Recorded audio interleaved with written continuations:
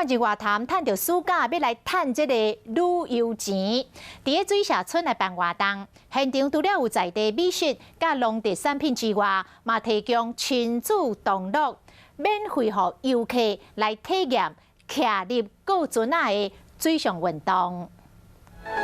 日月潭风景真水，真适合做水上运动。南投县休闲观光发展协会希望透过入境的体验，伫暑假时推广这项运动。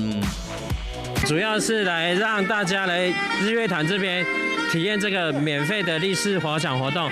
那我们今天有邀请我们鱼池乡几个比较具有特色、代表性的美食，还有一些特产的，然后一起来共襄盛举。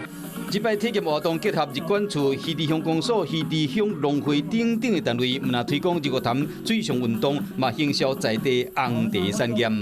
我们非常希望游客来到日月潭呢，在云雾飘渺当中体验一下我们日月潭不一样的茶文化。